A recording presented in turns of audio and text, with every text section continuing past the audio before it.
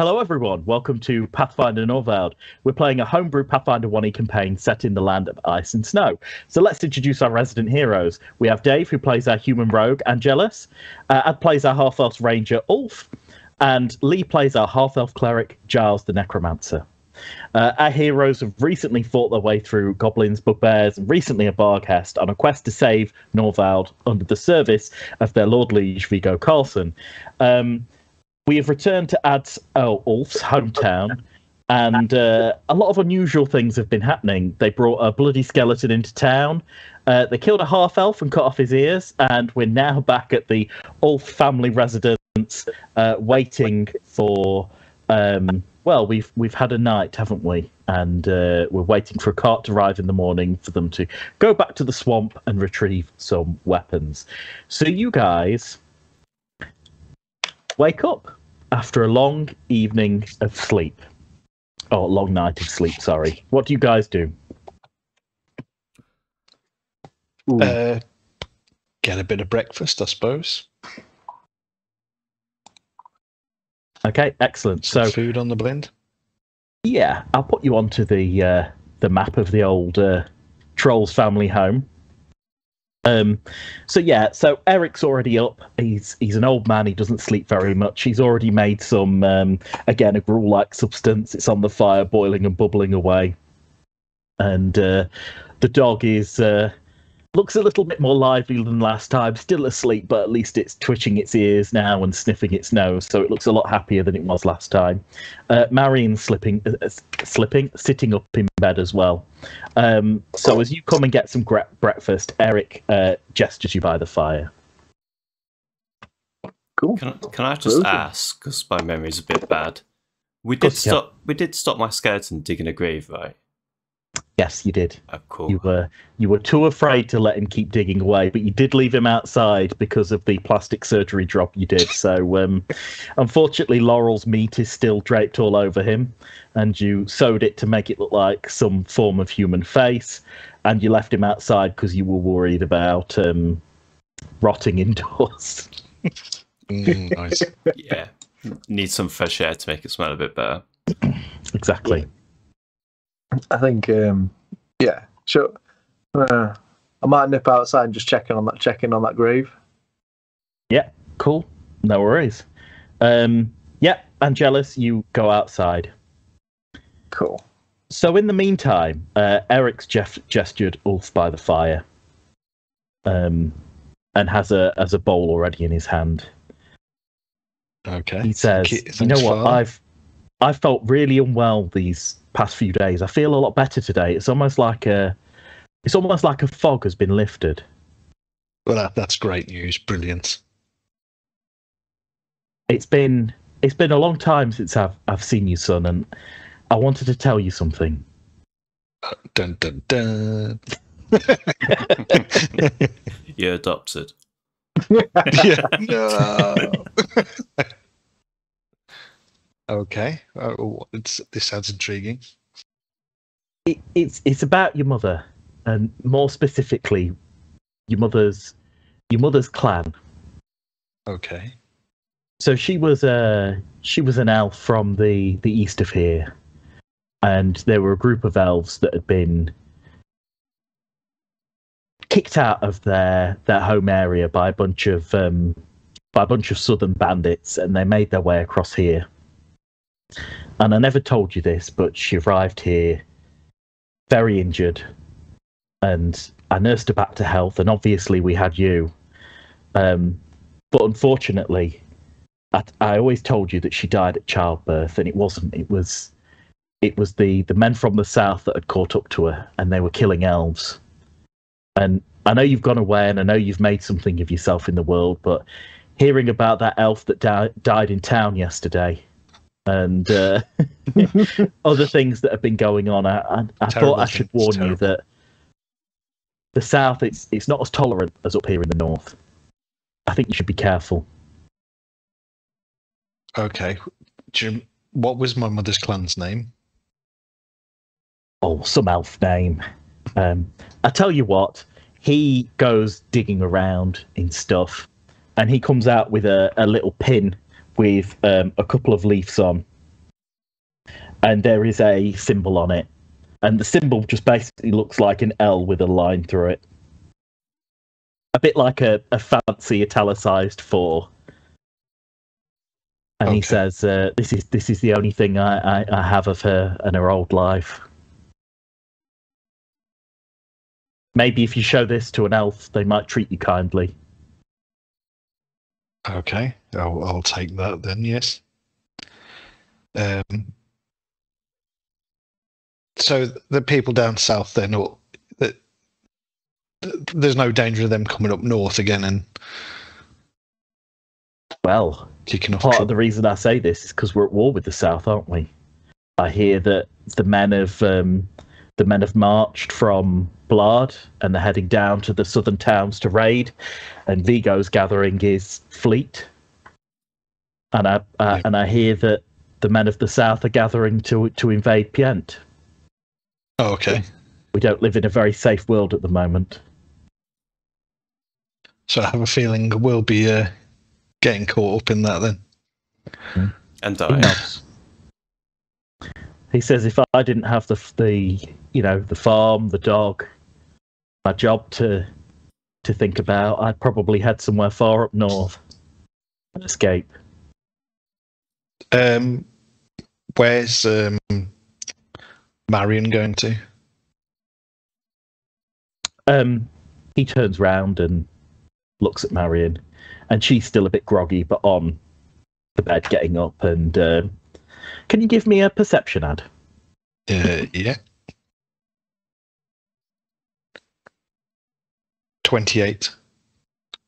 You notice that underneath her large billowy dress, she's actually got some leather armour on her shins and on her arms as well. So there's clearly a bit more to Marion that you thought. She looks like a quite well-armoured lady, still injured, and it looks like something, obviously the carriage ride injured her. But she's there's a bit more to her clothing than you previously thought. And she looks at you and she says, so did you meet with Heinrich yet? Yes, we did, yes. And we solved some issues for him, and we managed to get a cart for you. Should be here anytime. She said that weapon shipment's very important. If you haven't guessed, my orders are straight from Vigo. And those weapons need to be delivered to Pient because it'll be part of the town's defence against the army coming from the south. Okay, so I guess we better help make sure that cart gets south.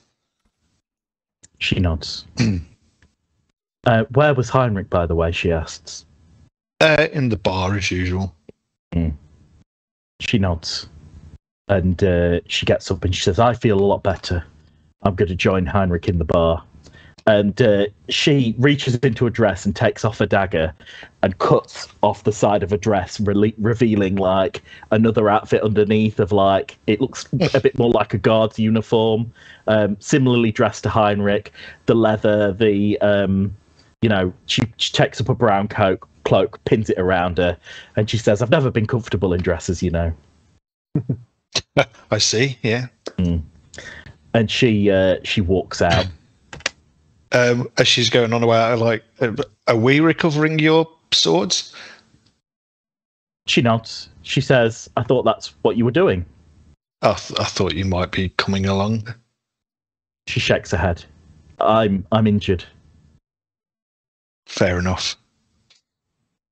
She says, you young gents are healthy, strong. I've seen you fight.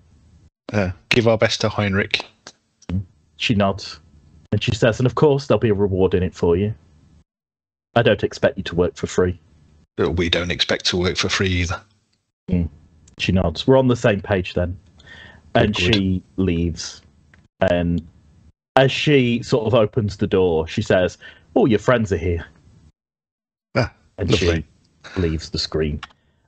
We'll go to Angelus, who is outside. What are we looking at, Angelus? Dirt. You're looking at the shallow grave in which you buried the body of poor earless Laurel and skinless Laurel.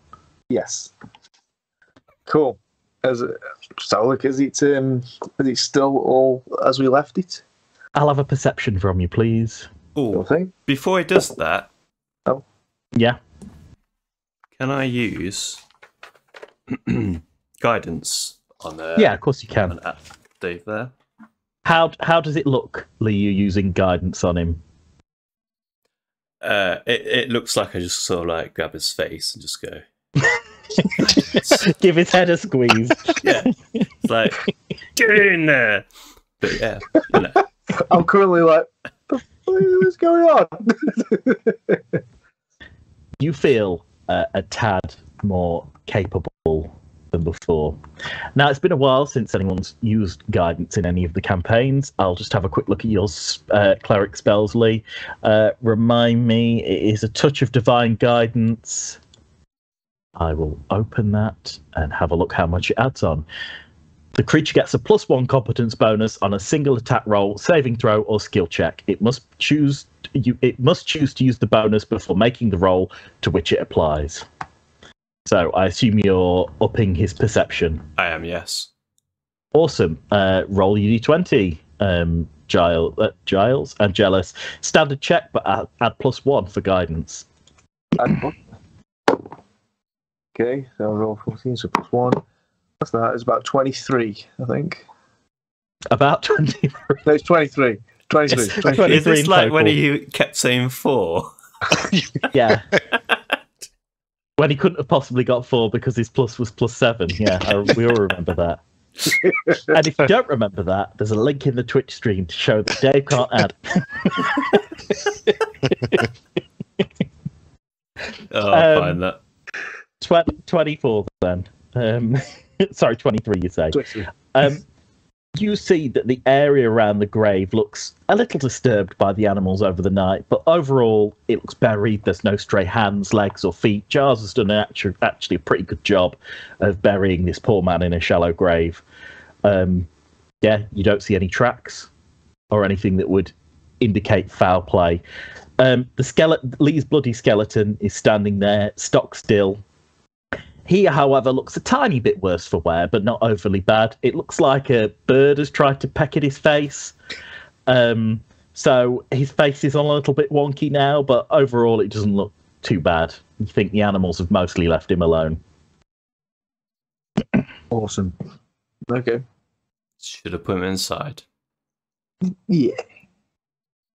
So have we now got to go on our travels then to go collect some weapons? What you can do, as you begin to go back inside, you see Marion brush past you, and 2 blokes come over. One of them is carrying basically what looks like like some planks raveled together, and there's John who's joined in, and they're looking at you guys expectantly. Okay. I guess we'll go outside and greet them then. Yeah, I'll shake their hands. Giles and his bleeding touch. John turns and looks at you guys nervously, and he says, "You wanted the cart, right? Didn't you?" Yes, we did. Do you have a horse or anything that goes with it? I've brought a sled instead. I struggled to get the full cart, but what we've got, and he takes out a rope at the side, is me and old Ulf next to me. We tie this rope around ourselves. He unravels the sled. We put our crates on, and then we're there. We go. When you say old Ulf? Yeah, the guy holding the sled, and he points at him. Okay, cool. Just checking it wasn't me doing the pulling. No, you're Ulf. He's Ulf. That's confusing. He says, we've pulled a fair few crates in our time, but the swamp isn't that far away. Okay, cool.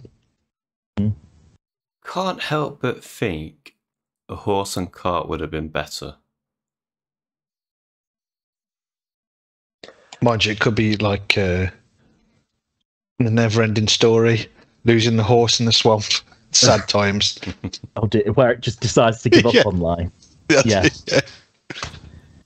So Ulf unravels the sled on the ground, and it's actually quite long. And he slots in two pieces of the sled, the two legs of the sled, and it actually looks quite large. They tie the rope round, and they just basically show you how it works. It's as good as a small cart and a horse. Just takes two strapping guys to pull it. Good. Well, that isn't Giles. We know that. Sounds more like Angelus. Angelus is quite strong. We tried to get hold of a horse, but unfortunately, the horse's owner didn't want us to take it into the swamp. So we thought the sled would work well. Or slide through the mud as well. And we brought our best boots, and they look down, and you can see that they've brought these really thick boots. Awesome. Trust us, the sled will work better in the swamp. Okay. I call over my bloody skeleton.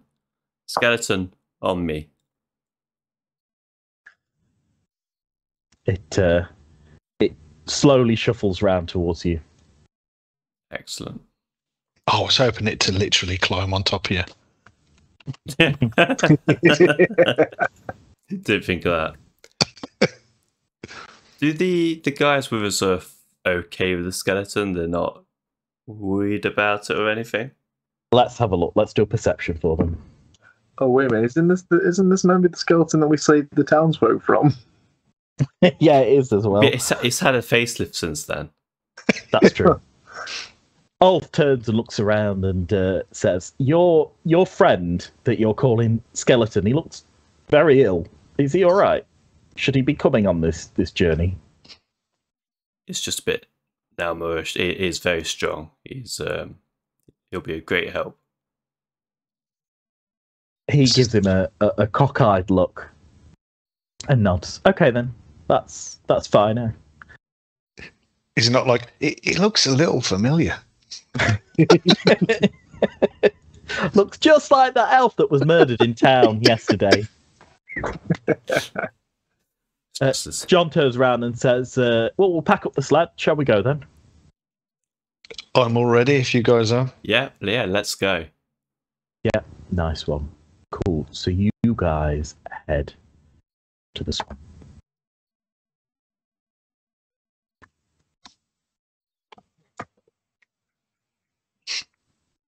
Just reveal the area. As you guys enter the swamp, can I get a perception from you all? Oh dear. 18. 18. Anyone get anything more? Yeah, 26. Yeah. 28. 26. Sorry, Dave, what was that? 28. 28. Cool.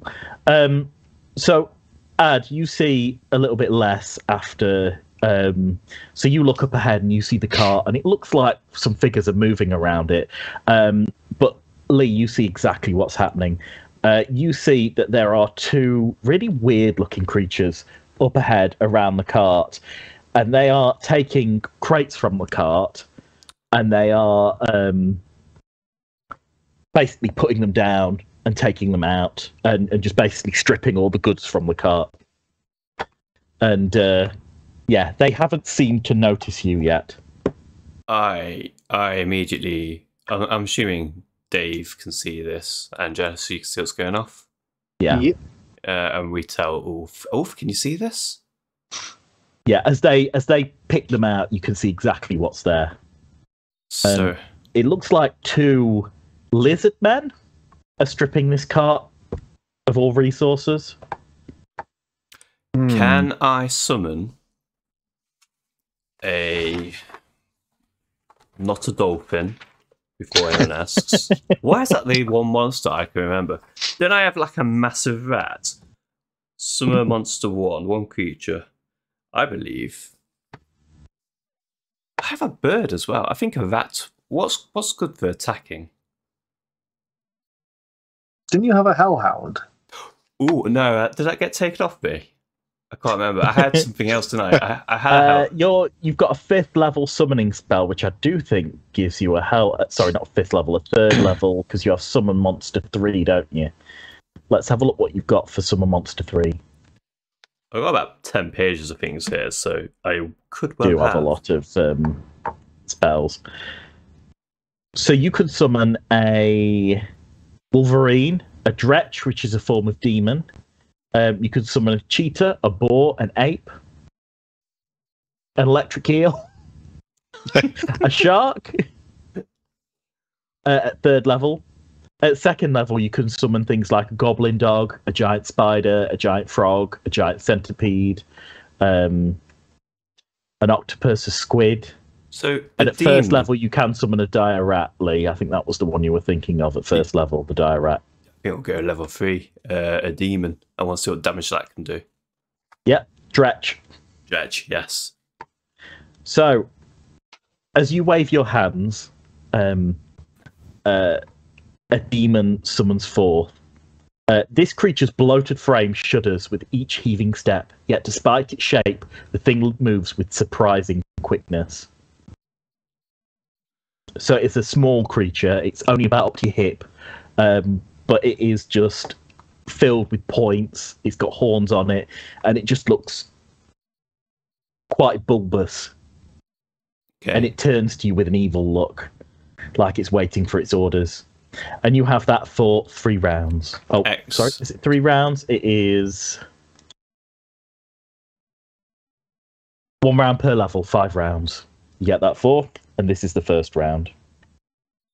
So, guys, I'm going to send my bloody skeleton and this... what did you call it again? Dretch. Dretch. Just to go and attack. Do you want to plant some aloes in while they're on the way? Absolutely. Yeah. Right, can I get initiative from you all for the surprise round so you all go in order? Because these still haven't noticed that you guys are here. They're very... they're looking at sort of the inside stuff, and like one of them's taking arrowheads out and having a peer at it. The other one's like waving a sword that he's taken out. 10. Cool. So your initiative. 13 for me. 13 for Ulf. 12 for me, dude. And 12 for Angelus. I'll just quickly roll for the 2 creatures there.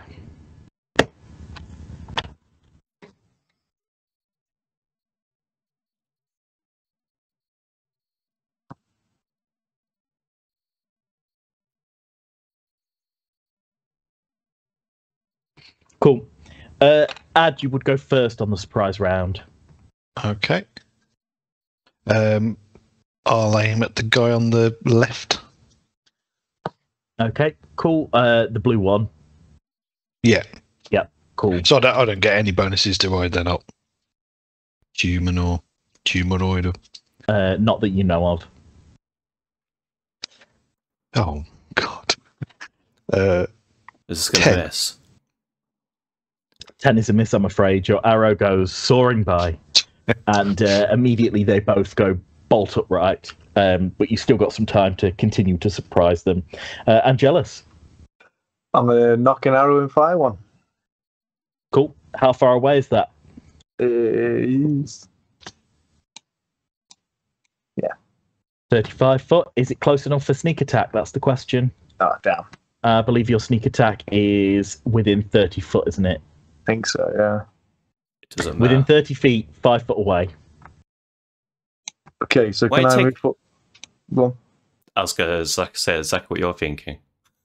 Take a step forward. Yeah. Yeah, of course you could take a step forward 5 foot. Can I go there? Is that one better there? You're going for him? Yeah. You can get one of them for 30 foot. That's fine. Yeah, go on then. I'll go for blue. Cool. Do you want to take a ranged attack at him? Yep. So that's +6. Yep. Okay, I rolled 15, 21. Sorry, it's +7 for your elven masterwork elven short bow. It is, yeah. Sorry, yeah. Yeah. So how much is that, David? 22. 22. 22 will be a hit against them flat-footed. Yeah, cool. Do you want to roll for damage? Sure thing. Is that 2d6s or is it? It's 1d6 for your short bow, an extra d6 for your sneak attack. Cool. So first one's 4. Second one is 6. 10. Excellent. And they are bleeding. So take 10 damage and bleeding. Cool.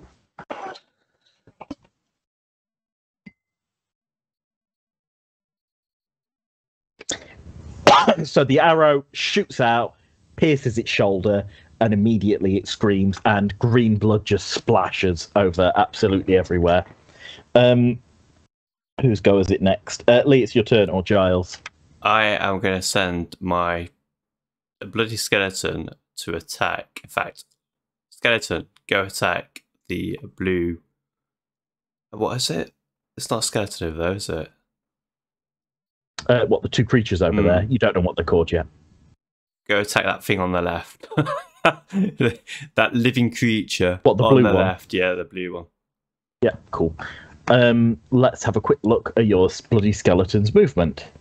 So it can move twice its standard movement, which is, it's a dead creature, so often they're not particularly fast. Oh, its speed is 30 foot, so not bad. So it can close this round. It doesn't have any weapons on it, so it has a claw attack, which I'm afraid is at -3, and its attack is for 1d4 plus 1. So not the best of attacks, but it is pretty hardy, your bloody skeleton. So it's going to close on the guy on the left. And it's going to attack. So, Lee, can you roll me the d20 -2, please? Yeah. Come It's on. attack. Oh no. -1. So your Good smile. skeleton goes forward, and it's still all tangled up in the flesh that you've sewn onto it. It starts swiping with its claws, but unfortunately, it just the troglodyte that has the arrow in it, or the creature that has the arrow in it, just kind of like just dodges out the way, thinking, "What on earth is this weird creature in front of it?" It's the Dretcher's turn. What I'll do is I'll just get a quick token for the Dretch.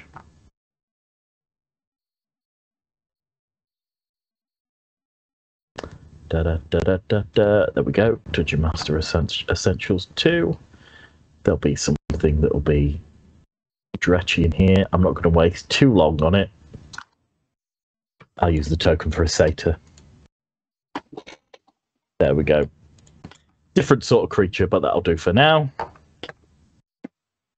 And that is also going to attack. So which one? The one on the left or the one on the right? Yeah, let's continue on the left. If your left is at approach, I'm expecting it just to miss.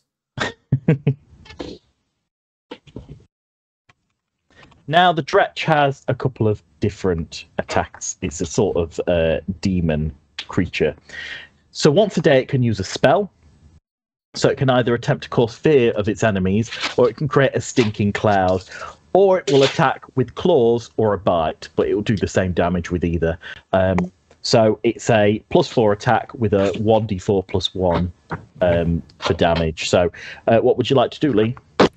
I'm going to go. It's going to go and give it a bite. Yep, cool. D20 plus 4, please.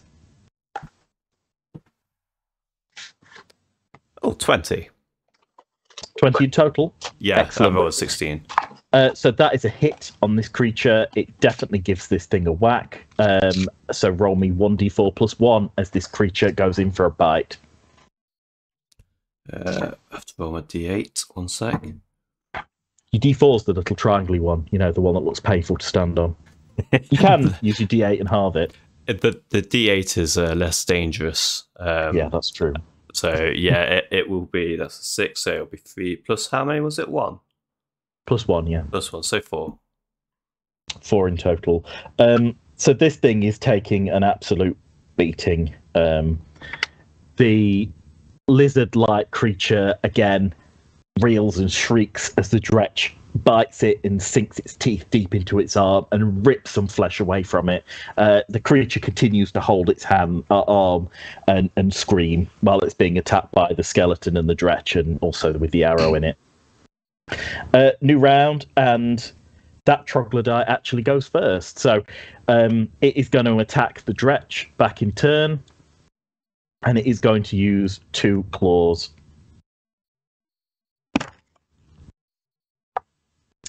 So let's have a look at your dretch. Your dretch has an AC of 14, which isn't very high. This attack beats it. And it does 1d4 plus 3.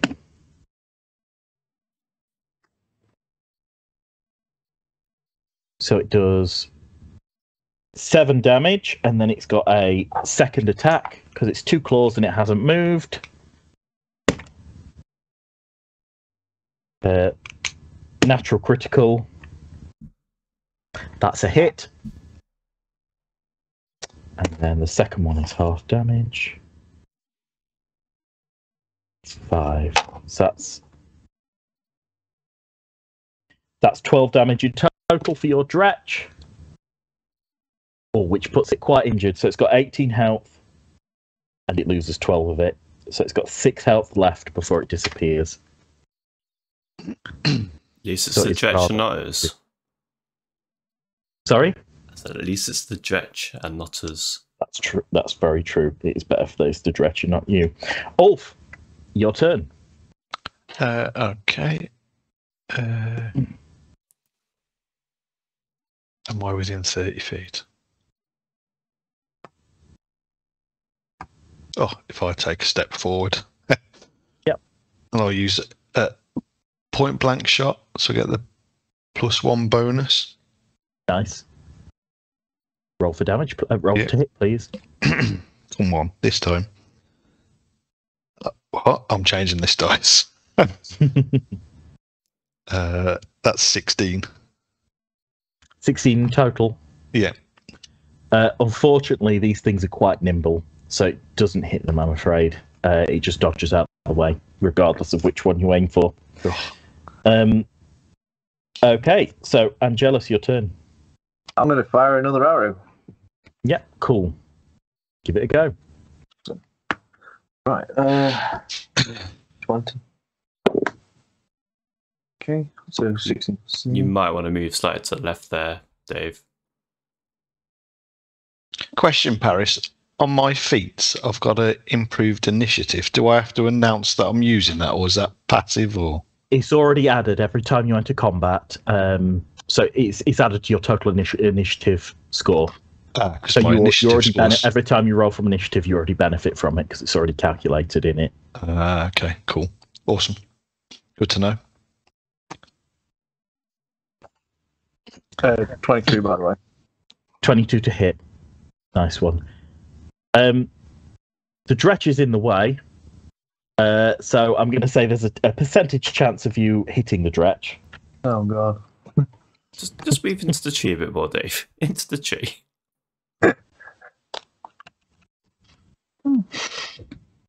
Let's have a quick look at the rules on this. So shooting into melee when 2 units are fighting. You could shoot or throw ranged weapons at an opponent engaged in melee without taking the standard... Oh, wait. So that's for point-blank shot. If 2 enemies from different factions, do you take the minus... So you get a minus... All you get is a -4 penalty. Okay. Yeah. To your attack roll. So what did you roll in total? 23. 23. Fortunately, you still hit with the -4 penalty. So roll for damage for me. Sure thing. It's straight D6 for you, isn't it? Yeah. I rolled 1. Nice. So the arrow just kind of grazes its head, and it looks very thankful that you didn't do that much damage to it. Can I just say, Giles? This creature has so much luck. My so my dretch is going to bite again. Yeah, so you order it to bite, and you're going to order your skeleton to do something as well. Yeah, my skeleton's going to claw away at it with its lovely hands that it has sewn on. Cool.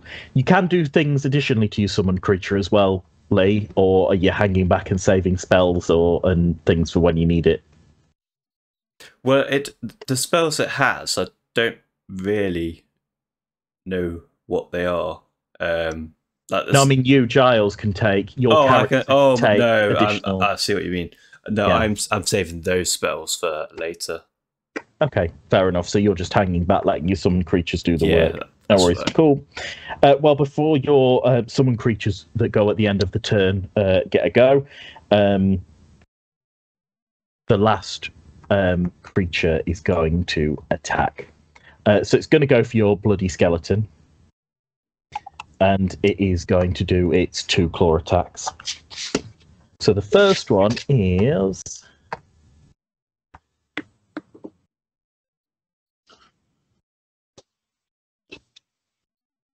not going to hit because of the damage resistance of your skeleton.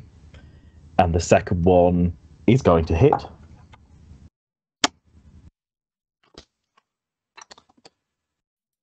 Sorry, because of the armor class. Right, and the second attack is going to hit. So it's going to try and swipe with both claws. First claw's going to miss. Second claw's going to hit, and it was going to do 2 damage, but because of your skeleton's damage resistance, only bludgeoning attacks really do significant damage to this creature. The claws just rake across its clothing, so damaging the clothing, but the skeleton's ribs just show through, and the creature looks really confused. So no damage has been done. It's time for your bloody skeleton, your dretch. Bloody skeleton goes first. Who's it attacking, Lee? The blue one. Same one as last time. Yeah. Do you want to roll to hit D20 for me, please? -2, because it's unarmed. Oh, no. 2. Okay, yeah. Miss with its claw, I'm afraid. Dretch's turn. 15. Oh, what's the... Is there a plus, or is it just a roll? There is a plus, so it is on its bite, it's +4, or its claws +4, whichever you want to do. Yeah, so we'll just go for the bite again, so that'll be 19. Yeah, cool. 19 is a hit, so that's 1d4 +1 for me, Lee, for bite damage. Da, da, da, da.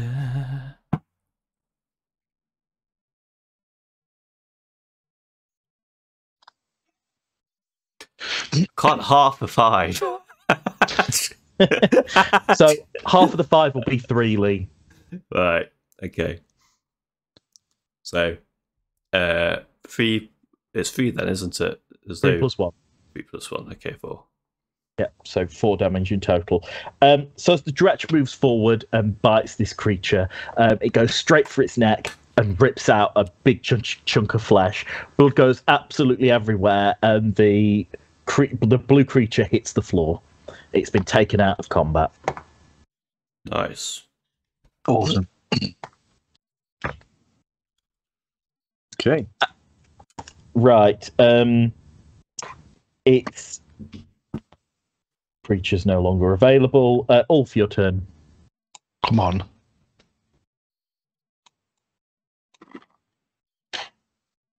$22. 22 will be a hit. Okay. Oh, it is engaged in melee with a friendly... Oh, wait, you've got point blank shot, haven't you? Yeah. Are you within 30 feet? Yeah.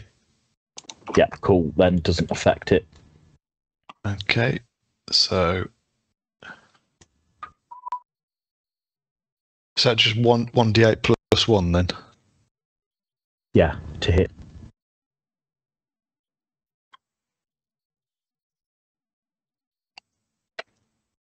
Oh, 6. 6 in total. Nice. You do 6 damage to this creature. Arrow shoots out from your bow and hits it in the upper shoulder, and it makes terrible noise. Angelus, your turn. What type of noise does it make? Ah! That's the type of noise it makes, Lee.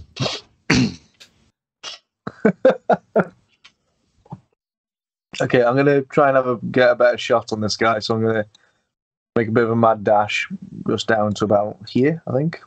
Yep, cool. I think it's there. I'm going to. Yeah, I'm gonna shoot another arrow at it. Okay, cool. Plus 7. 23 again. Sorry, 23 again. Yeah. Yep, cool. Nice one. That's a hit. Sweet. Roll for damage, please. 2. Yep. Not a lot, but it'll do. Again, arrow fires, scrapes his knee. He was an adventurer, and then he took the arrow to the knee. For those Skyrim fans amongst you. Giles, your turn. I think my turn already, hey? Oh, do you know what, actually? How far? I'll just check.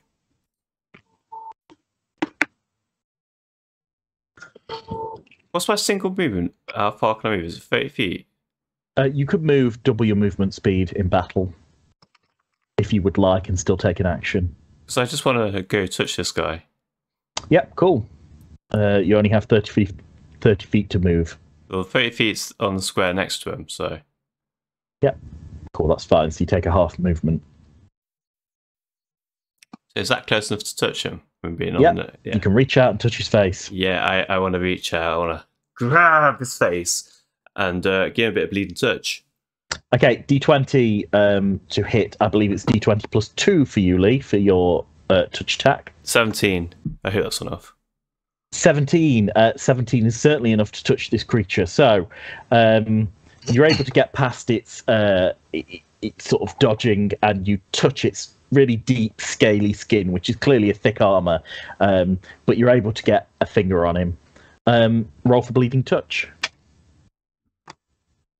I can't remember what I rolled for bleeding touch. Is it D6? 1d6? So on your character sheet, Checking. it is just beneath your skills. Bleeding touch as a melee touch attack. You cause a living creature to take 1d6 points of damage per round. This affects for 2 rounds or until stopped with a DC 15 heal check. 3. Nice. So 3 damage this round, and then for 2 other rounds, there's the bleeding damage as well. Do love bleeding touch. I know. You do love bleeding touch. So this creature is going to panic, and it's going to put its hands on his head, and it's going to go down to its knees, and it's going to go, "Akaba, akaba, akaba." And like you see its eyes roll from side to side. Akaba. And that's what it does with its movement. Can I call Dave in? Oh no. Are you still going to consider yourself in combat? If you are, then you're going to have to take the regular turns that you normally do. What if Dave doesn't know he's in combat? I'm just calling him over.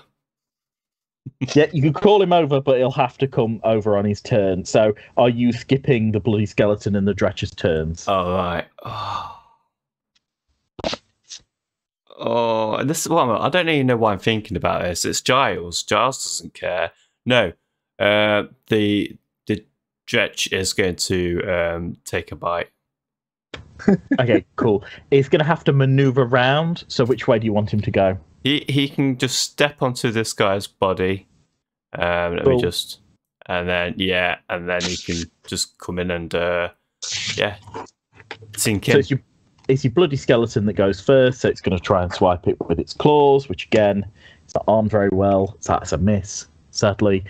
Even though it's got its hands on its head, it's still quite thick natural armor. So his claws just rake uselessly against it. The dretch.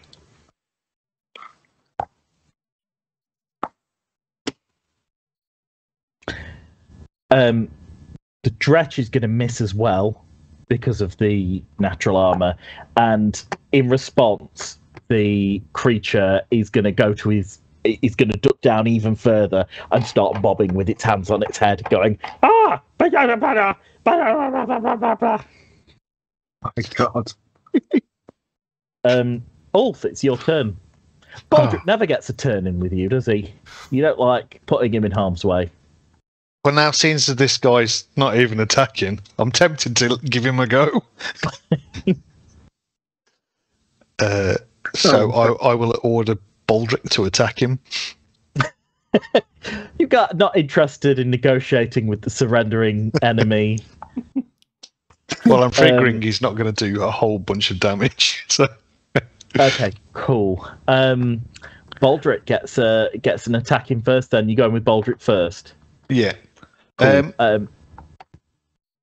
What is his attack now? Is it plus? It's plus 3. D20 plus 3. Okay. And then his damage is 1d6 plus 1 if he hits. Oh, that's 13. 13 is a miss, I'm afraid. The creature's quite heavily armoured naturally with its skin. Your turn then, Ulf. I'm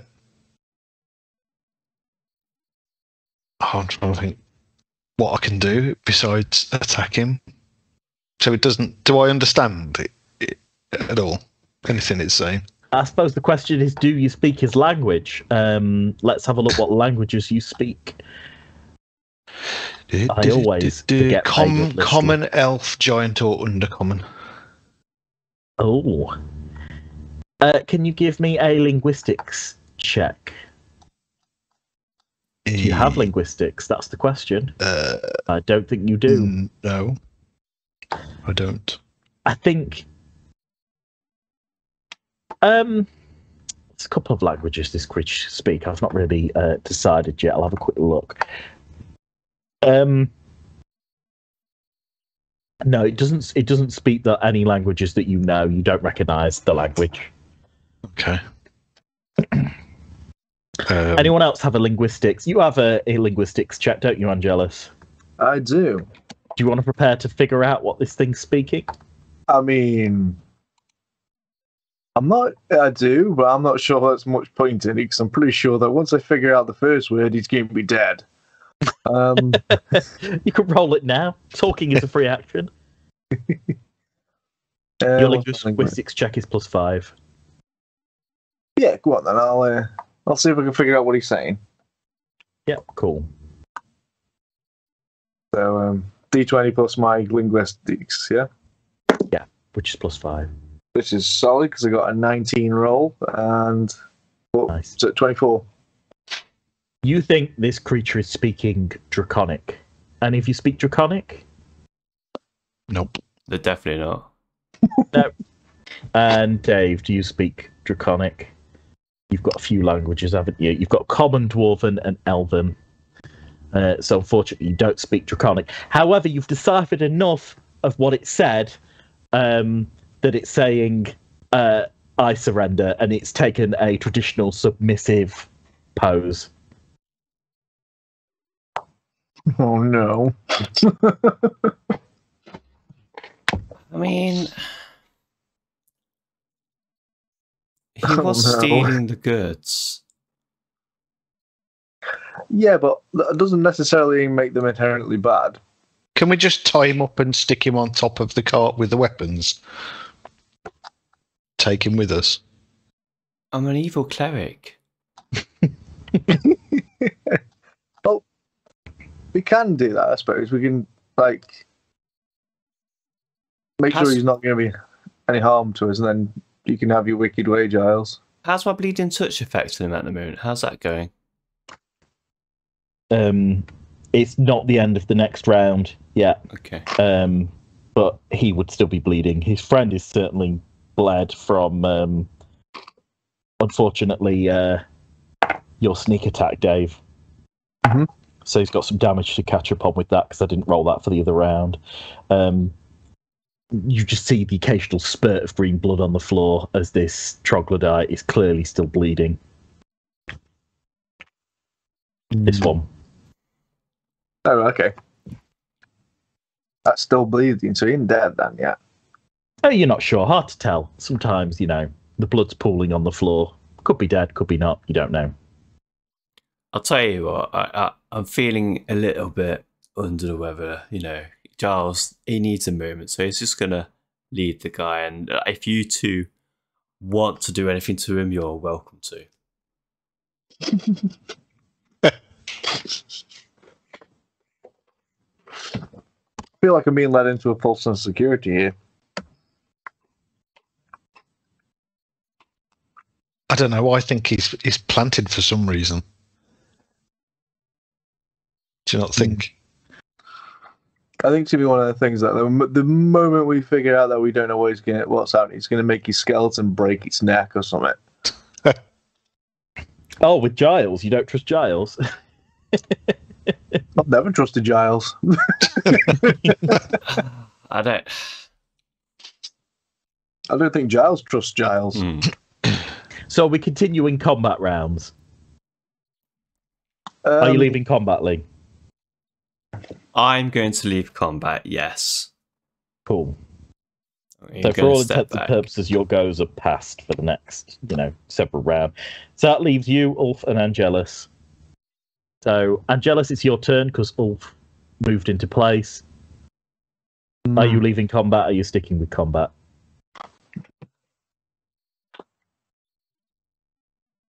I'm not sure. I mean, I look over at Ulf and I see Giles is left. I'm like, I think it's surrendering to us, though.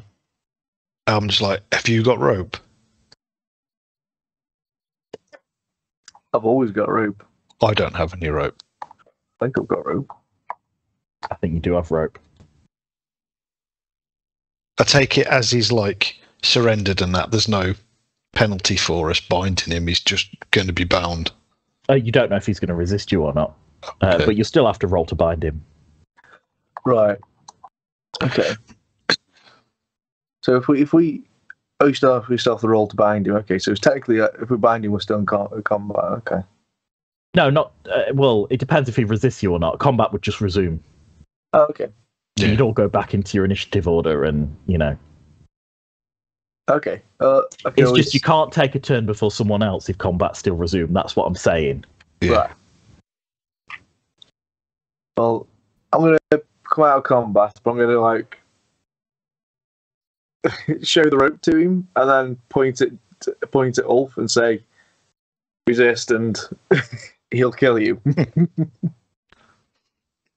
He just looks around, and he starts. He goes, bah, bah, bah, and then he goes, grow, grow, grow, grow, and he starts speaking another language. So, who spoke Undercommon in the group? Me. Yeah, cool. He switched to Undercommon, so you can only you can understand him, Ulf. Right. He says, "I surrender. Don't hurt me." Okay. He says, "I surrender. Don't hurt me." Okay. Anything you would like to ask him? Who are you and why are you here? I'll go. Who are you? Why you were here in Undercommon? His Undercommon isn't great, so you could tell he spoke very well of the other language, but this one he's speaking in drips and drabs, and he sort of cocks his head and looks at you through his lizardy eyes, and he goes, "I'm Trog. This our swamp. We live here. We all found boxes. We took many boxes away, and we were getting last boxes." Okay. You'll take us where the boxes are. He nods. He says, "Other Trogs. Bad. Other Trogs follow New God. I follow Old God. I stick with Tribe, but no like New God." Oh. Is this New God part of the stuff that seems to be spreading everywhere? I take it. That old demon dude, is it, that Giles keeps dreaming of? The thing that looks like a weird bee. Oh God, I can't remember the weird thing. I'm just trying to remember this weird shape. I'm sure it looked like a bee or something. Was it what came through that you mean portal? the sign on the banner you're carrying around? The symbol? Yeah, the symbol. You remember the symbol? It's like proper weird, odd-looking symbol. I am now. Oh, the You've original got that in symbol. your backpack, Ad. The Jackar is a Jackar. Jackar, that's it. Jackar Yeah, is you've approaching. got Jackar's symbol, haven't you, somewhere? I think we should show him the Jacquard symbol and see his response. Oh, I'll do that then. Yeah. Cool. I was trying to find the symbol, but I don't have it to hand. You take out the symbol on the banner, and you see the weird runes inscribed in the blood on the hide. And the creature clutches its head and goes, new god, and goes back into the surrender position. He says, I worship new god. I don't worship old god. I worship new god. And he looks at you like you're going to punish him. Okay. I'll just say we don't like New God either. He immediately relaxes. He says, new god mean, new god ugly. Old god much better. Old god let me eat children when we bring them in. But New god makes me give them to Slogric. who's Slogric? Slogric are Trog given bad meat. Grow big. Get powers of new god. Oh, and shit. dig all day. I don't like the sound of this. Why do they dig all day? To kill Man City. Which Man City? Big Man City. New God want to kill Big Man City. He sort of points south, like towards Pient. Oh God. Okay. Oh no. So I take it we need to eliminate these people that sound quite bad. He says, Slogric big, Slogric powerful, Slogric like 4 Trog big? 5 Trog big? How big's a Trog?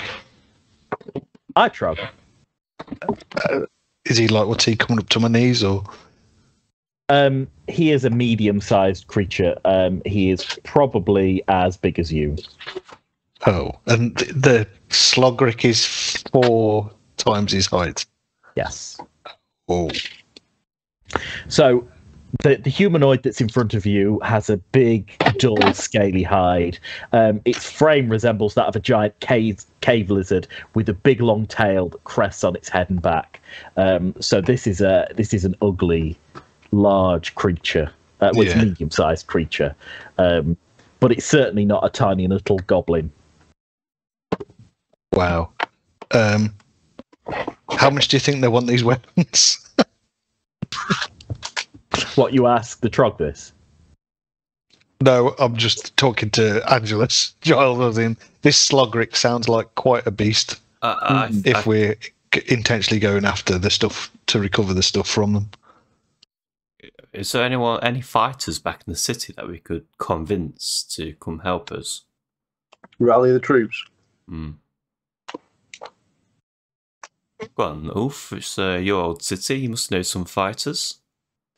That was a long time ago. I imagine they've probably mostly left by now.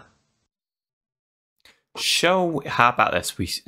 I mean, we've got a skeleton, me, you, Angelus, and whatever you've summoned.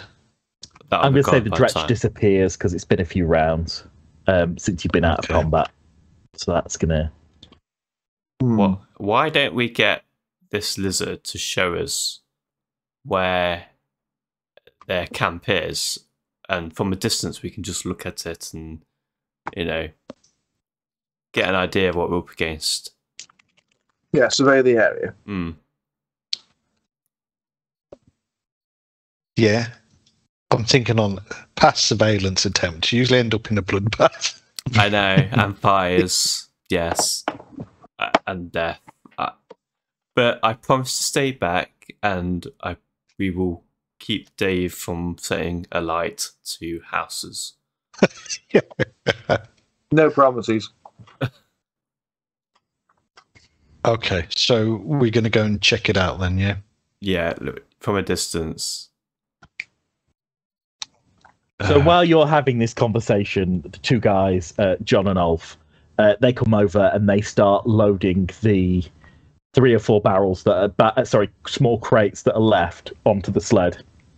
And they'll say, and they say, we'll take these back, but is this it? These aren't many crates. They're very small. There aren't many crates here.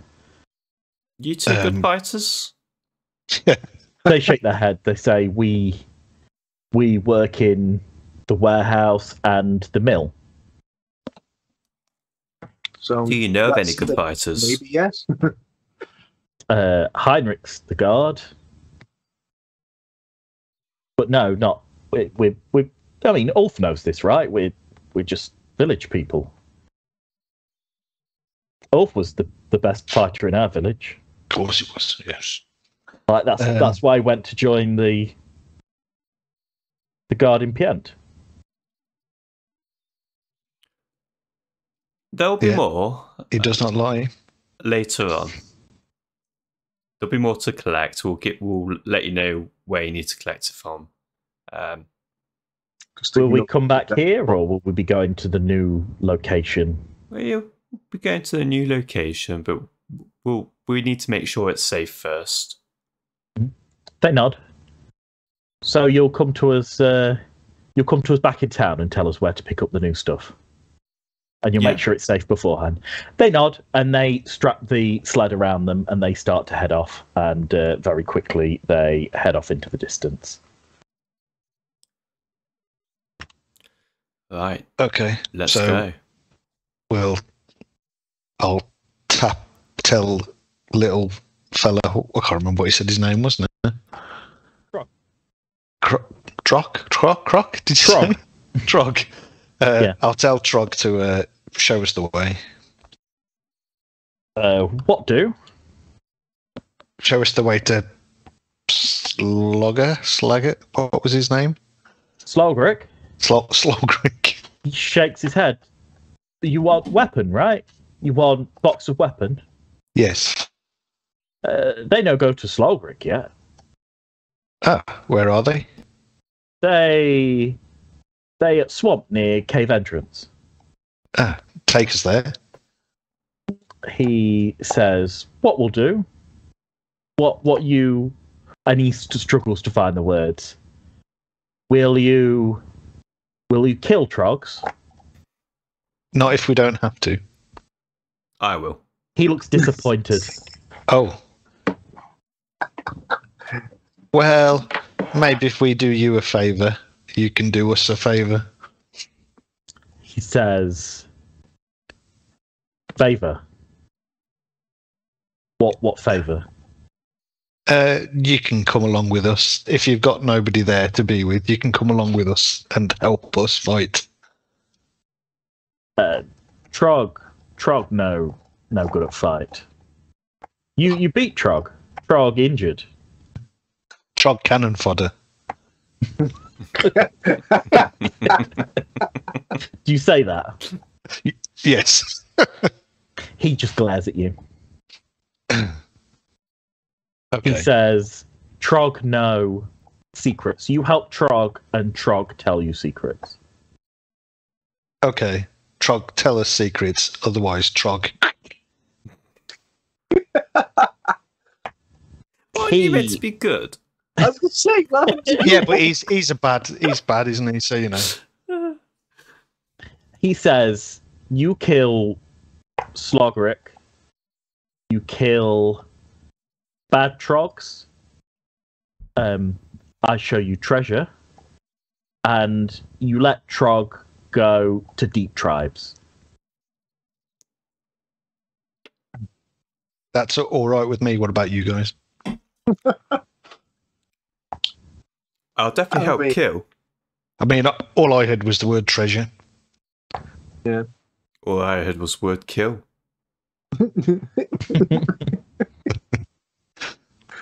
I heard big things to kill and lots more stuff. I mean, Slogrick, he might be big, but I bet he's slow. Sounds like it should be slow. Slogrick. It might be slow, but I bet if it whacks you across the head, you go flying.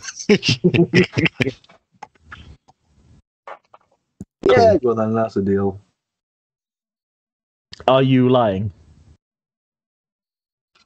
I just want to know if he has to do a sense motive or not. No, I will kill. But will you kill Trog? Is your intention to kill Trog? I mean, I'm usually lying, but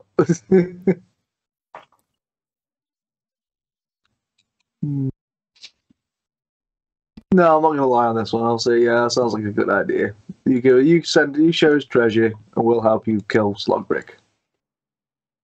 He looks around and he's scanning each of your faces to see if you're sincere. Giles, are you lying? Do you have every intention to kill Trog by the end of it? No. I'll leave this guy alone, but I will have a good go at whatever we come up against. Cool. Ulf? No, I'm totally genuine. I mean, let's not forget we can always change our mind.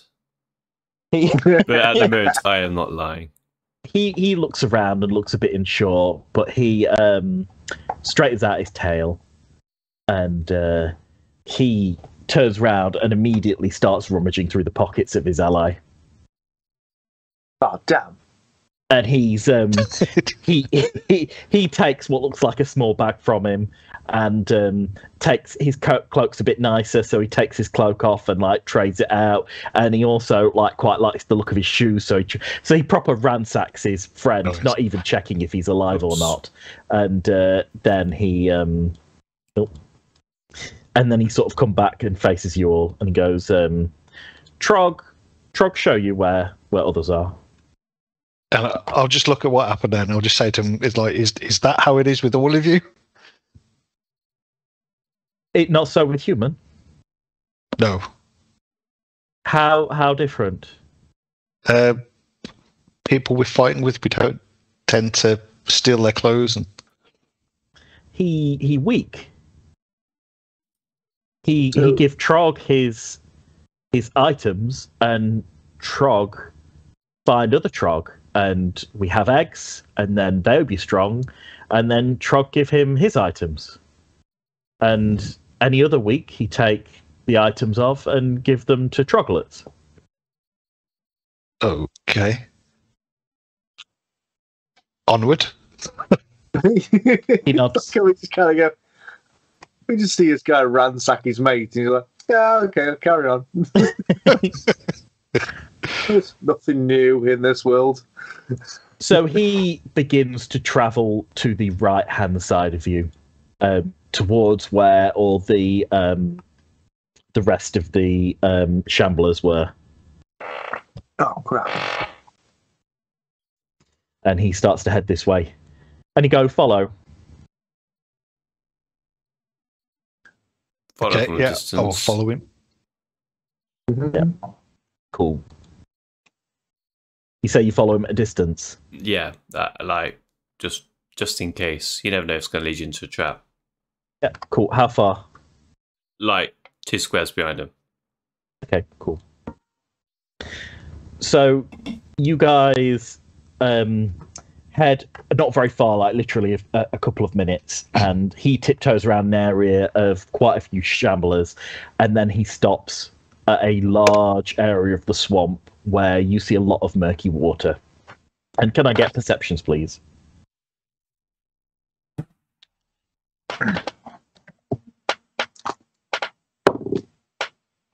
$29. Cool.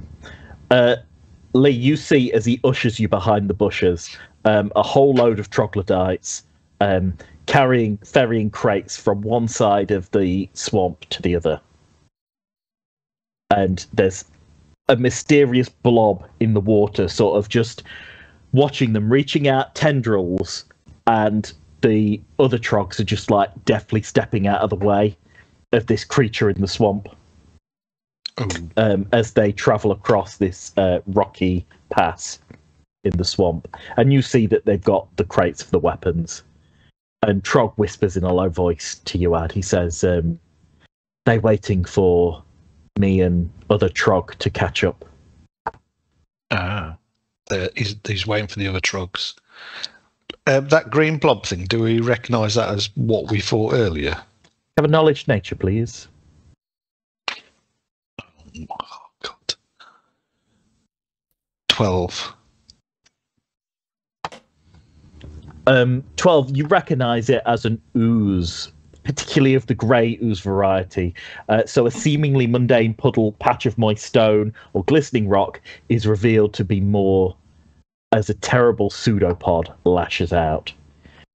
So you know this to be a ooze that tends to stick around cold swamps. And it's clearly reacting to the presence of the other creatures, even though they're seeming to dodge its tendrils, trying to drag them into the swamp. They're doing it quite deftly. Could it be what attacked you earlier? It's definitely got the tendrily aspect, but you're not entirely sure. Right. You still don't quite know what attacked you on the road. So I count 3 of these things. I see 4. Oh, I didn't see that one. Oh, that's a bit camouflaged, isn't it? Do we know how strong these things are? Would we know that? I mean, you faced Trog and his friend, and you killed them. I don't know whether you consider that with relative ease, but you didn't do too badly. Yeah, that was 2. Could we try sending the creature to bring us one of the crates back and see if they even question him?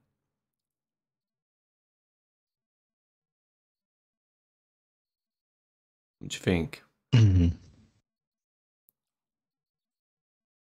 We could just walk over, pick up a crate. You all right, lads? Pick up a crate.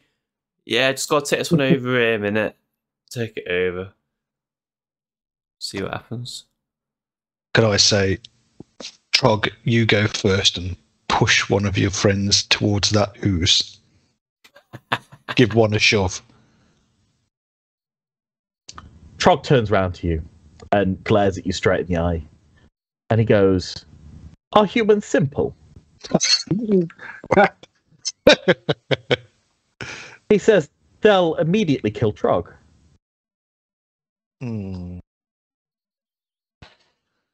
Yes. I said, my Bloody Scarce has not been much hope so far. But if my Bloody Scarce goes on his own... Have you got any spells that produce force or anything? My anyway, pushing them kinetically or something into the use. Yeah, how close would I have to be to a command, though? Just having a quick look.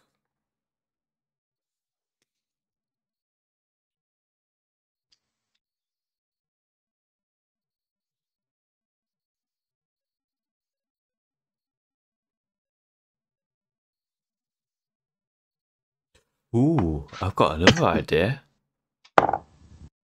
Your lovely sword.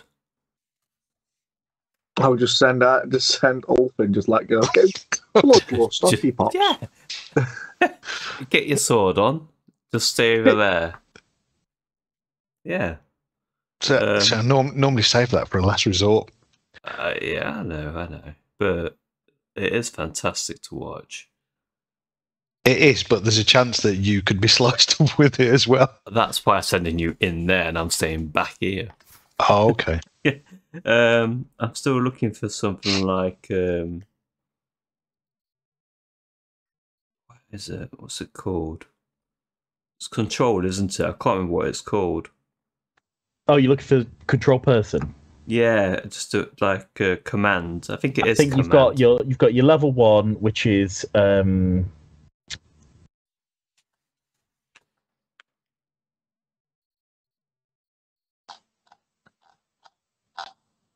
One day I'm going to memorize. You've got command, which you give a subject a single command, which it obeys to the best of its ability at the earliest opportunity. The problem with command is you can only do approach, drop, fall, flee, and halt. Damn. How far can I throw things? It gets more challenging the further away that you throw something, but it depends what you want to throw. So in my inventory, I've got a bar of soap. And I was going to throw it into the ooze just to see what happens. Yeah, cool. That's fine. If you want to give that a try, yeah, you can do. Why not? I would say D20, and I would say you've got your. Let's have a quick look at the throwing stats. So that is incrementally every 10 feet. I'm going to say every 5 feet you lose 2. I think that's what's that, 55 or something. 55. So what is your strength plus your base attack bonus? So your dexterity plus your base attack bonus. So that is dexterity is +2. Oh, yes, +2, and your base attack bonus is +5, isn't it? Yeah. So +7. You start at +7, and every 5 feet you lose 2. So that'd be +7, +5, +3, +2. Sorry, 3, 1, -1.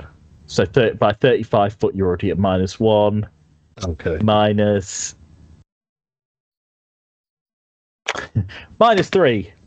-5. -7. So what the question is then? How far was it before it starts going into the minus? Was it? I'll say -7. It was about 30 foot, wasn't it, before it went into the minuses? Okay. So that's about, if you try and hit it from here, you take a -7 to hit it. Okay. And I'd say you have to hit its touch to hit it with the bar of soap. Right. I might save that till we're a bit closer. No. Okay, guys. I think I found something. Murderous command. One living creature effect. Target is compelled to kill its ally. Oh, nice. So I might try and use that. How close do I have to be to use one of those spells? It should say on it. Which level spell is it? Oh, I don't know. Murderous ally. Is it a 3rd level spell? Looking. Level 1, I think. Was it really? Well, yeah, it's under. Yeah, it's a level Murderous 1 spell. command. There we go. It is a. You have to be in 35 foot to give it a murderous command. So I need to get a little bit will closer. save negates. It'll pay for the best of its ability. Oh, it's 25 foot plus 5 foot every 2 levels. Yes, that's why it's 35 foot. Its duration is still only 1 round.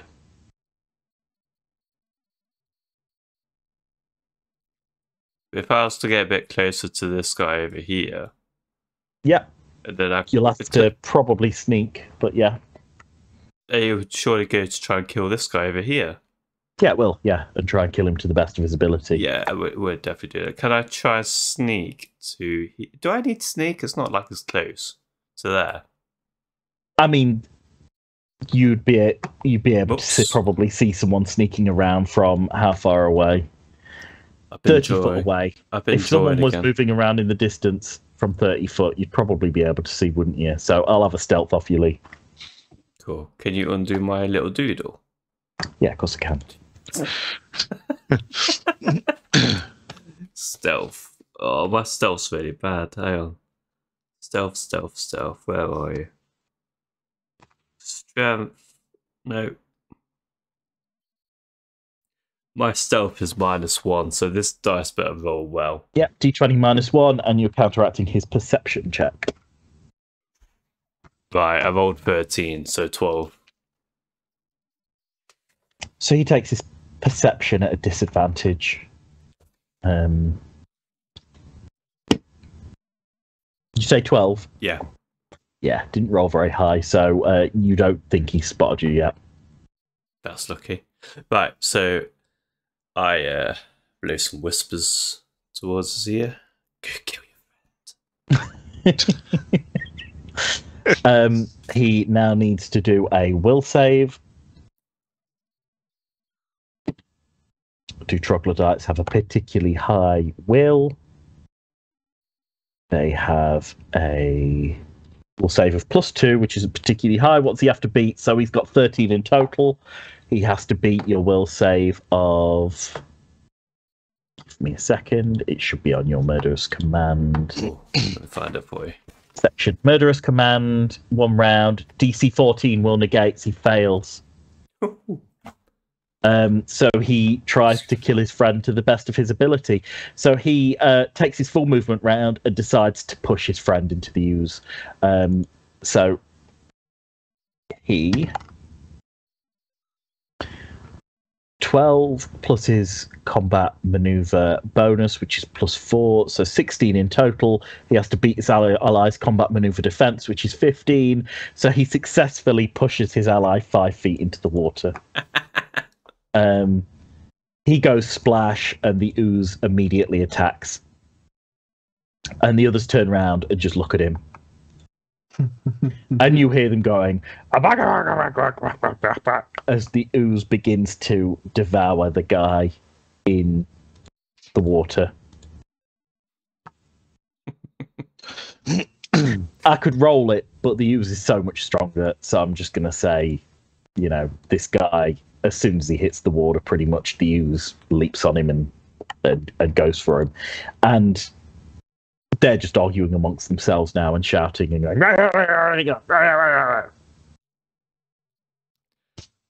Nice. I mean, I like that. That's good. I almost want to do that again. So, hang on. Because we're not actually in combat here, because it's just little whispers. There is a chance we'll get seen, that's the only problem. So I'm going to move to the tree and roll for stealth. Yeah, if you would. Oh no, so I was going to thought, damn. No, you look at the dice upside down. You're like, yeah, oh no, it's only 12. So that's 11. Unfortunately, Lee, two of them see you, and that is this one and this one, and they look and they point and they go and see you in the bush. Even though you're partially concealed, they rolled incredibly high, and all 3 troglodytes see you. Can everyone roll initiative, please? Oh no! Hey, I took one of them out. Well, only Lee really has to roll initiative. You guys can enter combat whenever you like, but if you'd all roll initiative for the sake of, it just makes it easier for when you join combat. 8. 8. 8. Black rolling tonight. 18. Did you also get a... Oh, 18, Giles. 8 for me. 18 for Angelus. I know Ad's initiative is higher, so you go next, Giles. Your bloody skeleton always goes last. And let's roll for these 3 troglodytes. So, that's 11.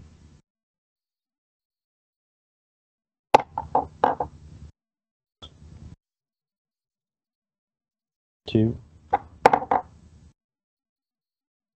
3, 10.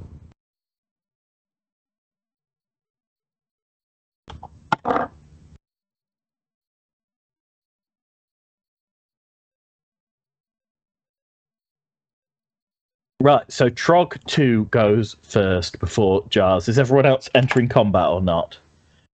You can try and get a surprise attack off them while they're healing for combat, because whilst they've just noticed you, whilst they've noticed Giles, they don't notice you guys. Okay. So technically, you guys can launch arrows at them as a surprise attack whilst they're attacking me. Yeah, basically. Because they've not moved yet. We could do with being in within 30 foot of them, so we can actually get the surprise bonuses on them. If they notice you, you're going to immediately have to join the turn order. Right, fair enough. I'm going to attempt to move over here. Okay, cool. So I'll try and go there. I've got roll a stealth. Yeah, if you could. No problem. Ooh, my stealth's really good. Okay. And my roll wasn't, but 24.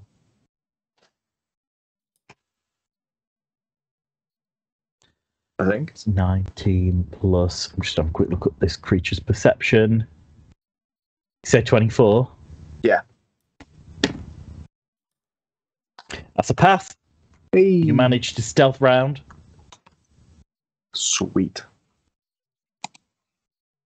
Now I've got a bow shot on at least those two, haven't I? Yeah, you'll only be able to do one though before they notice you. Yeah, fair enough.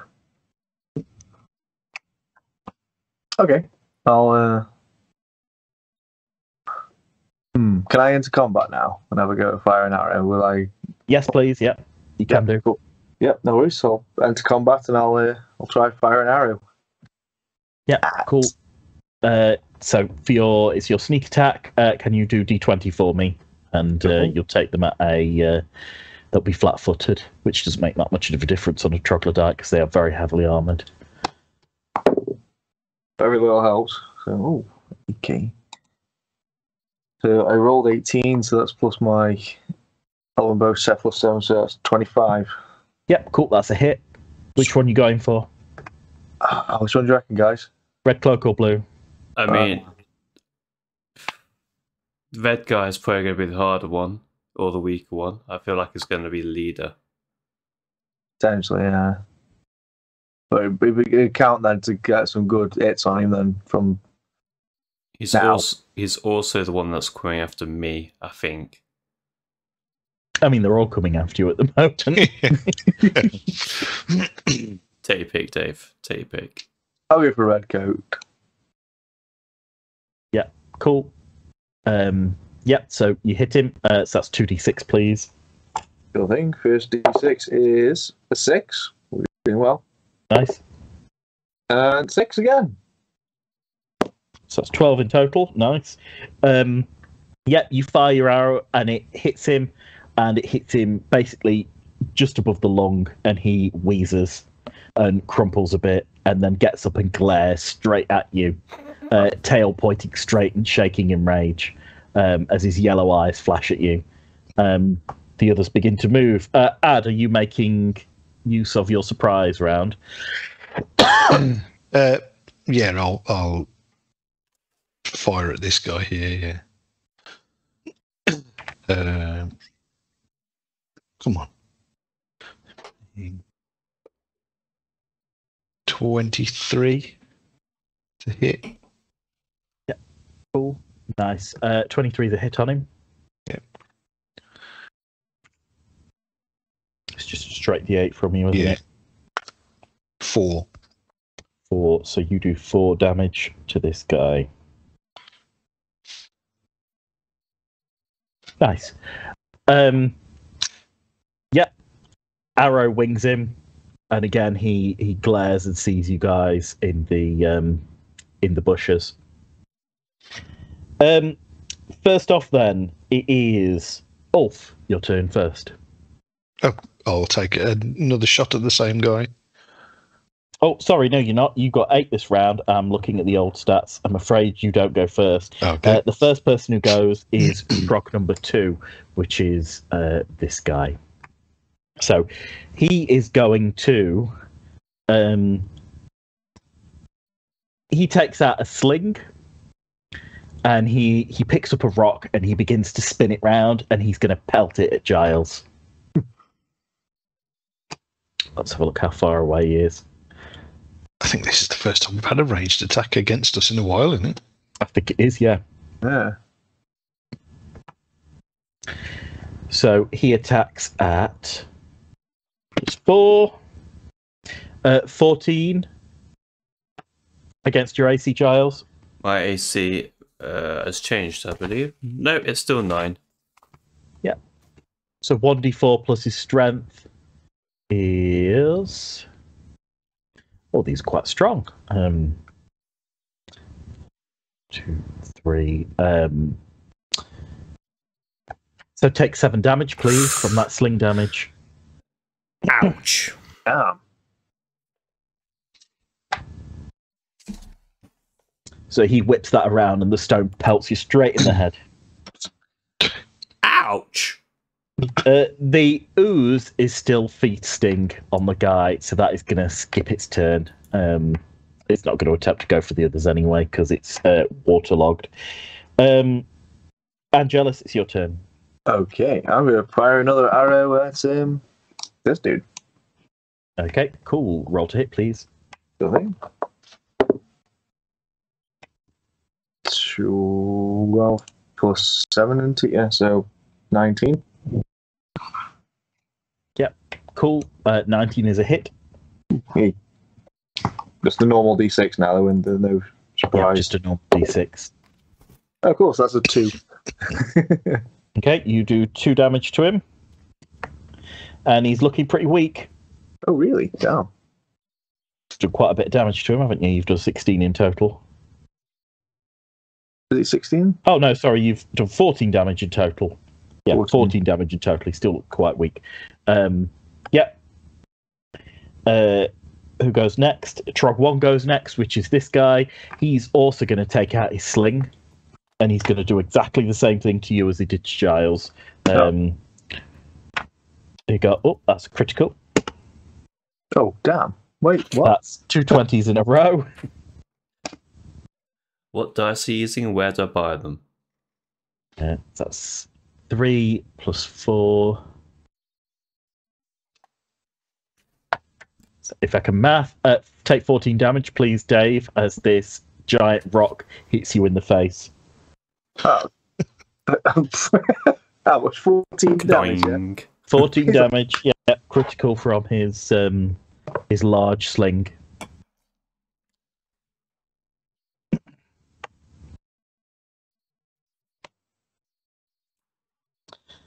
The next Trog goes next, and it is going to open one of these crates.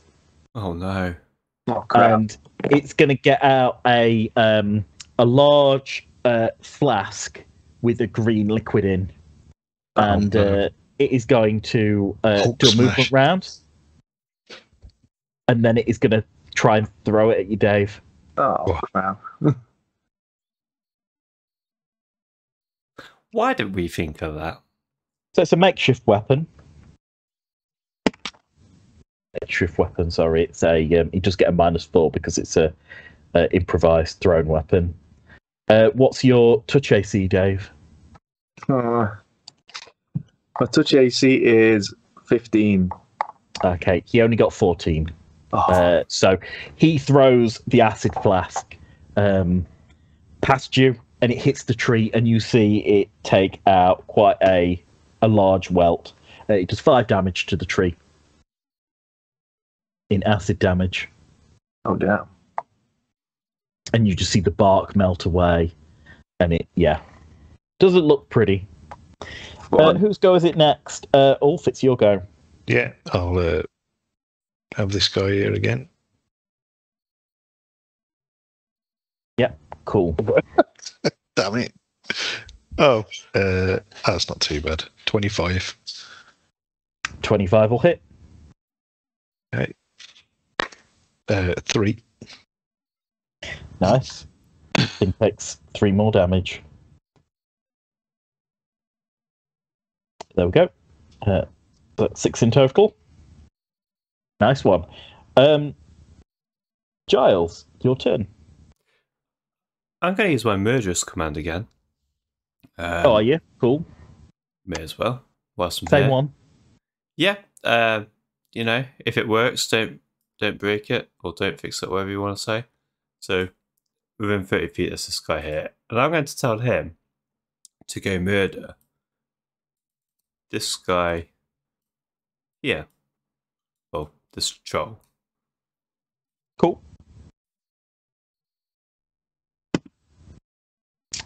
He does will save. He fails said will save again, and he goes to push his friend into the ooze. So he walks by, pushes past his friend, and then goes to push his ally into the ooze. So he needs to get 15 or higher. He's got CMB of +4, so that's D20 +4. He rolled a 7. I'm afraid he doesn't manage to push his friend into the water. He just glares and he shouts something like, "What the hell are you doing?" And yeah, that is the end of that round. What do you want your bloody skeleton to do? I want my bloody skeleton to go attack this one here on the left. How far's the bloody skeleton from that? Can he even get there? So it can move. Can he move and attack? Yes, he can. He's got 30-foot speed, so he can go 60. That is rough terrain, so he's going to move half through it, Lee. What if he goes there and attacks this guy instead? Because he's going to go through the swamp water. Oh, okay. That's why they're taking the stepping stones. Because it's half movement through difficult terrain. Well, he could do 60 and get to here. Well, really, he could get to here. Yeah, that's by treading the shore. And then he can move slowly on his next turn. Yeah, okay, Yeah, that cool. works for me. Let's move him there. So he double dashes to here. And then he stops and glares at his opponents. Trogs go. And he's going to slowly back away from this mess. He's like, I'm out.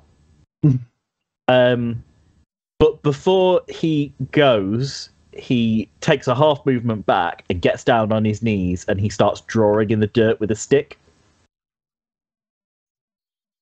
And he continues drawing for his round.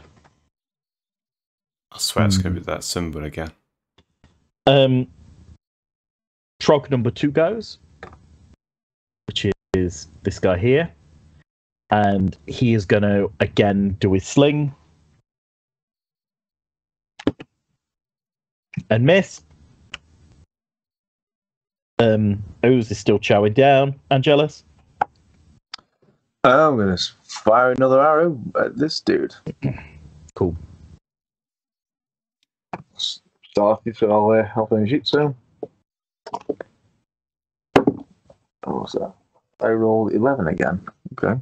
So 18. Yep, 18 is a miss, I'm afraid. So it bounces straight off its thick hide. And you notice that they've got scales like armor plating. You've just been fortunately rolling very high. Okay, now it's the other 2 trogs go again. So this trog's going to hop back. And it's going to grab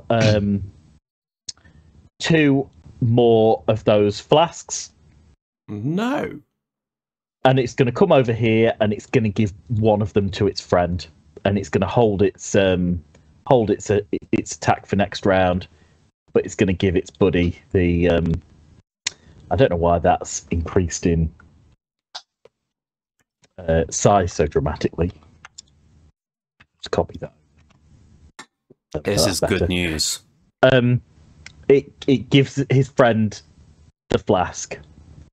And its friend, that goes before either of you, manages to throw the... Oh, wait, he doesn't, because I made it go immediately after your go, Giles, didn't I? So that was this round's turn. So he gets the flask, and then he skips his go. Ulf, your turn. I'll take a movement this way, and I'll try and finish off this guy. Yeah, cool. 28. 28. Oh, nice one. Can you roll to damage him, please? Yeah. 6. 6. So the arrow hits him, and he falls to the ground. Awesome. With him dropping that acid, would that not spill on his friend next to him? He doesn't have the acid on him, I'm afraid. It's the other one. So these two, is it? Giles, your turn. Excellent. Well, what I'd like to do is I'd like to move my full, my 30 feet. So if I move to there, that's 15 feet, first of all. And then another 15 feet will be there. So let's move him to there. And then I think from here... Oh, I'm just a little bit too far. Can move a little more. Could I move further? Yeah, you can. I'm still taking movement. Yeah, you've got 30-foot movement, and you can move double that and cast a spell. Right. Excellent. Well, guess what spell I'm going to be using on this guy right here? Has this guy got the acid on him? Yeah, both of them now have acid in their hands. Fantastic. Murderous command again. Cool. He passes. I'm afraid. Damn. He gets higher than 14. So he sort of like shakes his head, shakes it off, and bloody skeleton. Yeah, my bloody skeleton is going to go up to him and is going to take a swipe at the acid. Cool. He's going to take a swipe at him. He's going to struggle to specifically target the acid, particularly with his swipey hands. What you could have is you could have him try and wrestle it off him. That's what you want him to do. Yeah, I'll do that then. Okay, so he's going to do a combat maneuver in order to... I'm going to say rather than disarm him, he's going to try and grapple him. Mm-hmm. So his grapple is only +2. 4 + 2, 6. I'm afraid he goes for it and doesn't get it. He tries to, grab him, but unfortunately the troglodyte's very heavily armored and they're quite strong, so he doesn't wrestle it off him.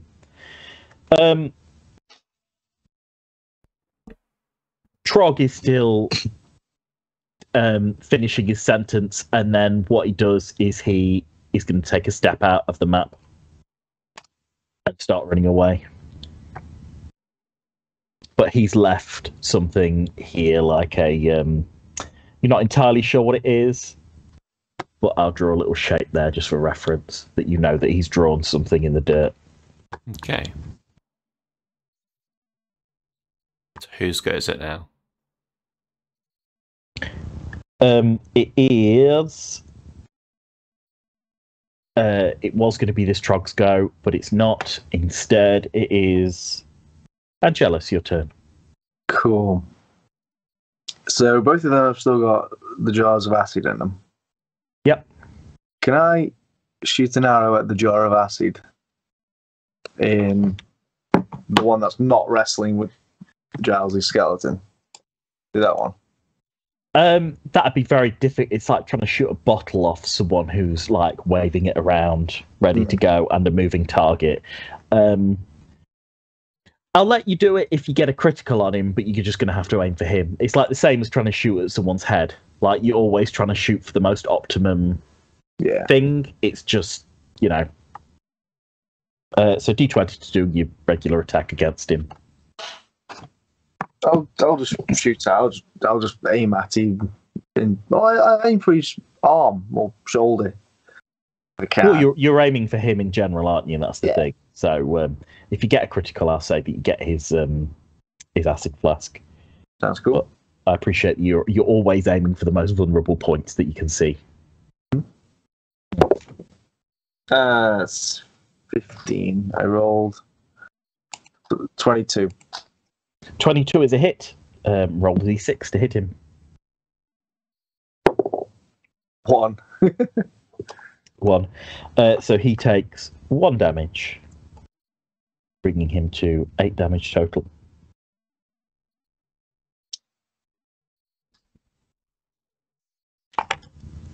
It's the next two trogs go, and they see that their allies down. There's a weird skeleton up. You guys are throwing things. I'm going to have a will save for both of them, and then they might try and bomb it.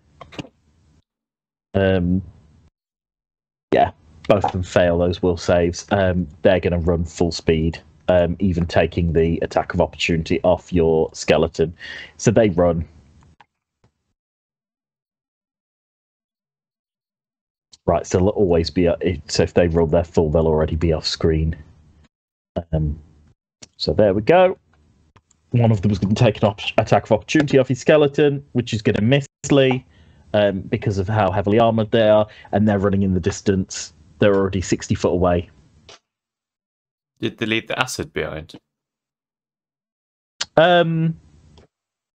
Yeah, they threw the flasks on the floor. Why not? And they smashed into the swamp. Okay, that's no good for us, then. We can't take them. Right. I'm suggesting that we don't waste the time trying to chase them. They're pretty far. Yeah. So how about I noticed that little one drawing something. Should we go take a look at that?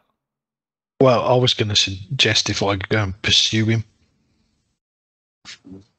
Because he's supposed to be telling us where some treasure is. Is that not here? We don't know, do we? Oh yeah, the treasure. That's a good point. Because the boxes of weapons are here. Yeah, you go chase. I'm gonna loot the one that I put a load of arrows in. Yeah, cool.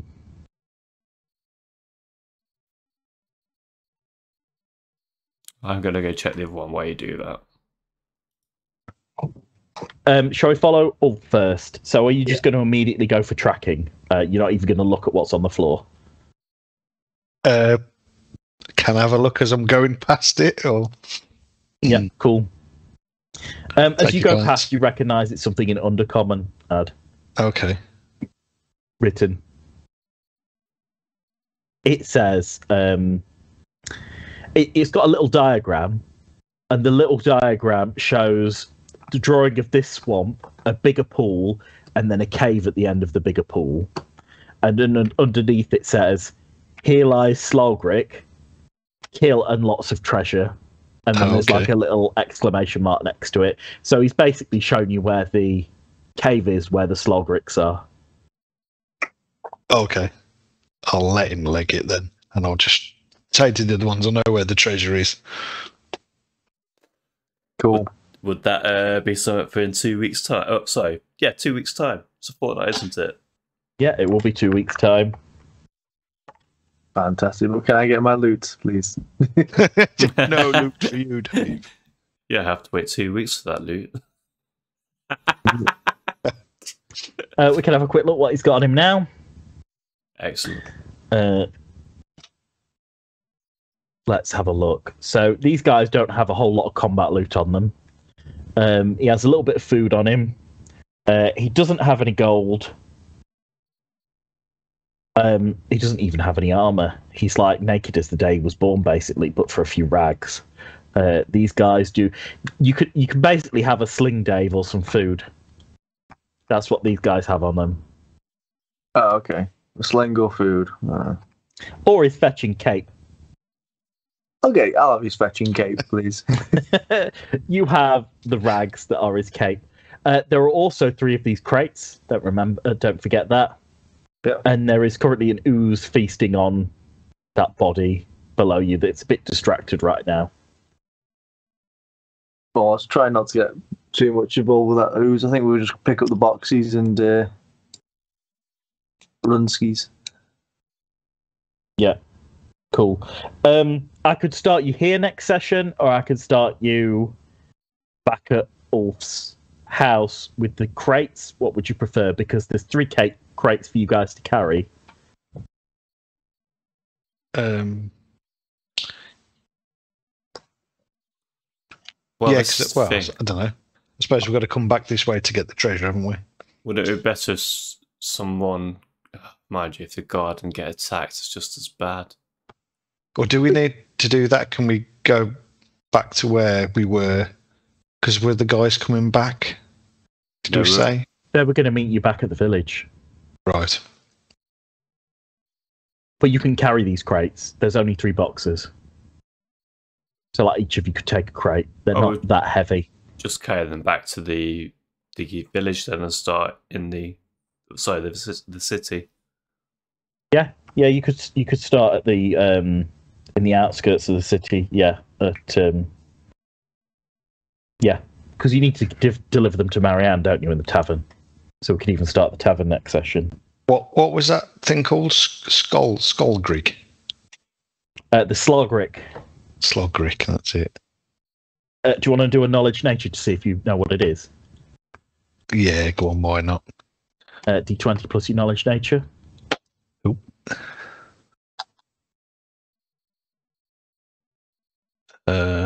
20, that is altogether. You know of troglodytes and you know of slogrics. Slogrics are like the giant mutant versions of them when they come across abyssal or demonic power. So they're mutated creatures. They generally look a bit more like fish with a giant tail, and they slither around, and they are highly dangerous and highly destructive. Right. Oh, there better be some good treasure. So if this thing is trying to burrow under Piant to undermine the walls of the city, it's somewhat worrying. Might be able to rope Heinrich into this then. Seems how it's potentially going to destroy the city. Potentially. I'm sure there'll be lots of trouble and adventure throughout season 3. And maybe even some death, if I know Paris. I've killed you once, Lee. Yeah, he has it. Wasn't intentional. Well, I enjoyed that. Thanks again, as always, Paris, for being an excellent dungeon master. And when it's 8, it'll be what? It'll be 8 p.m. UK time, and that will be on the Sunday the 13th. No worries. See you in 2 weeks' time. Yep. See you then, dude.